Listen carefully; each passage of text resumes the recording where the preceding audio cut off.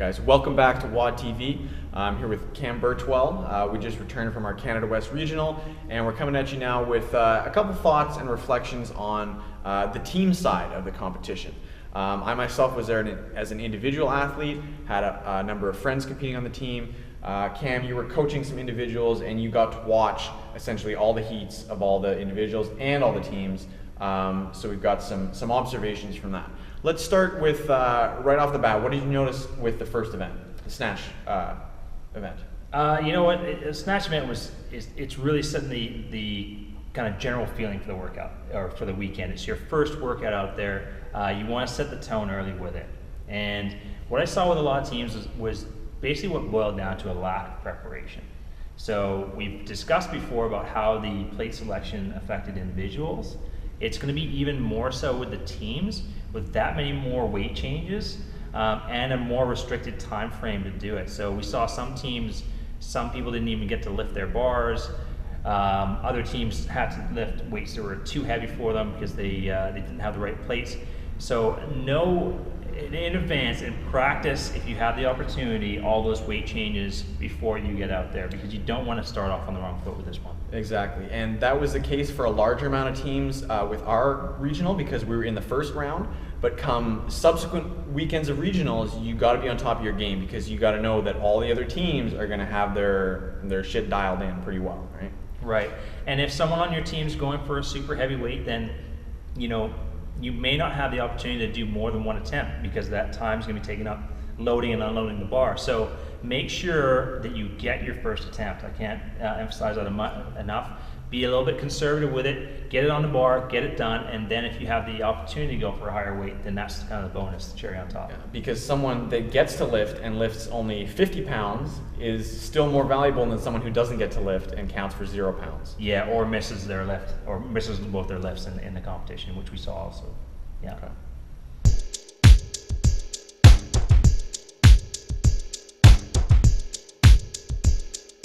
Okay, so another event we wanted to highlight was the couplet of thrusters and rope climbs with the descending reps. So what are your thoughts on this one?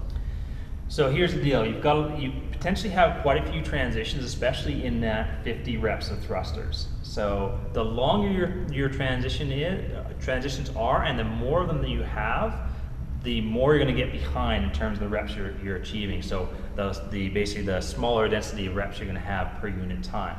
So the teams that were the most effective at this were the people who were doing slightly more reps in a row per individual, and also were transferring the bar the fastest.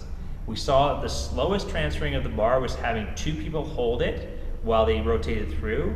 The fastest was probably just facing each other and actually handing it to the next competitor on your team. There is a balance between safety and speed, and obviously if you drop the bar, you have to go back down to 0. But we didn't see that happen in our regional at all, and so passing the bar quickly but securely to your partner is the best way to go. And if you think about it, if say you're doing 5 reps per person, you're going to have 10 transitions. If you're doing 7 reps per person, you're going to have only 7 transitions, so you've eliminated 3 transitions out of that first 50 reps. That can be a big chunk of time. Excellent.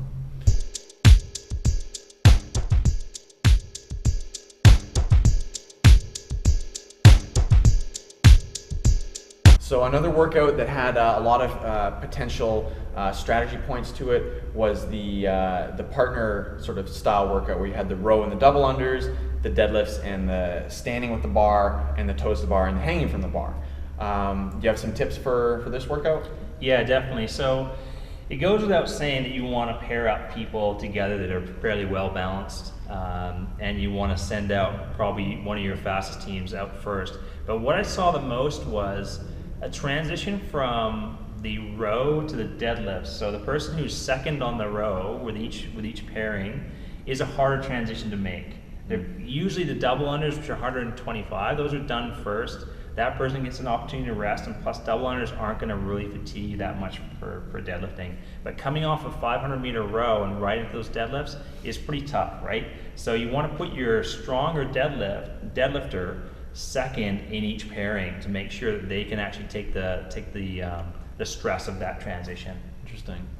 And then what are the other movements there? So all 3 of those stations have significant grip challenge. So we've got, the rowing has some grip to it, the deadlift has some grip to it, and the toe to bar has some grip to it.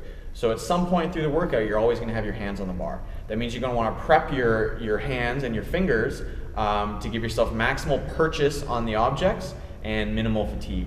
My personal recommendation is taping with some stretchy tape around the fingers.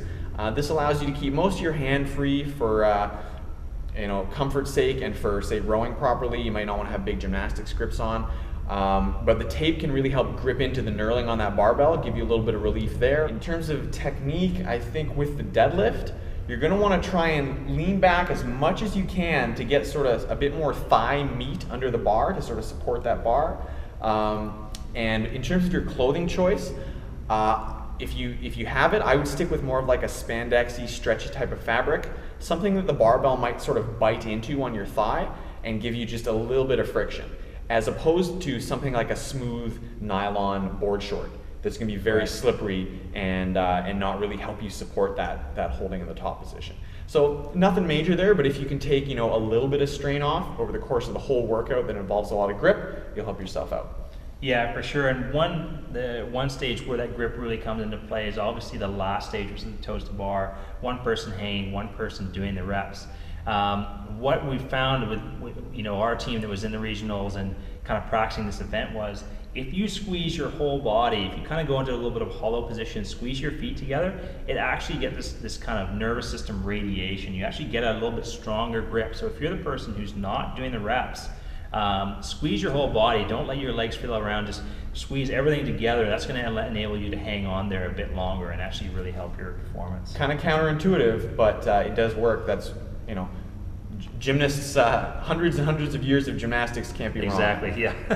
The other thing with the toes to bar was that, as far as we saw, you were forced to do all the reps on the short bars on the rig. Right. What this means is if you have taller members on your team, they're not going to be allowed to use a higher bar to get a full toe to bar swing.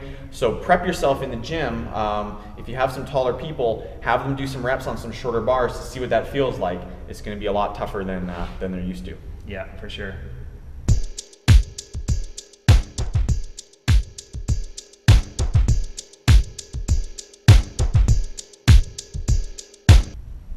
All right, let's finish off by talking about the final workout of the weekend for the teams.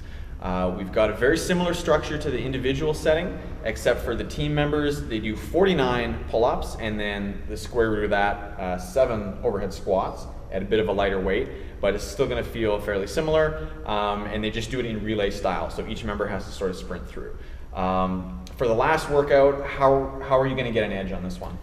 You want to get out ahead first. You want to send that strongest person out ahead, put the pressure on the other teams, kind of take them off their strategy. Nice. So CrossFit Calgary, featuring the legend Brett Marshall, send him out first, 49 pull-ups unbroken, 7 overhead squats done, 1 minute 28 seconds done. And then all the other teams playing catch up. And so when teams are playing catch up, they might be more likely to do more reps on the pull-up bar in a row, which may fatigue them for the overhead squats. They may rush their overhead squats. So get that person out first and get an edge on your competition. This is a really great point, something that doesn't come up a lot because we like to think of CrossFit as just a very individual movement-based sport. A lot of the tips we give are based on technique or your own pacing, but there is that psychological side of things, especially now that CrossFit and the CrossFit Games has announcers on the floor. If someone goes and finishes super quick, you're going to hear about it from the guy on the microphone. And there's some great head games that can go on there. If you can get that lead, you'll get a bit of a psychological lead as well. Yeah, for sure. And it's the last event of the weekend. Put a little bit of pressure on people who are already feeling it. Try and get your team ahead.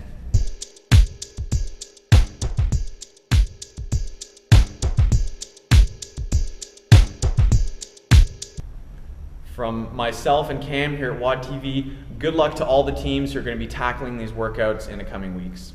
Yeah, for sure. And remember, it's a team effort, and the teams that support each other, congratulate each other, and stay together a lot more. You're much more likely to experience success and have a fun time doing it. And when it comes down to it, that's what CrossFit's all about.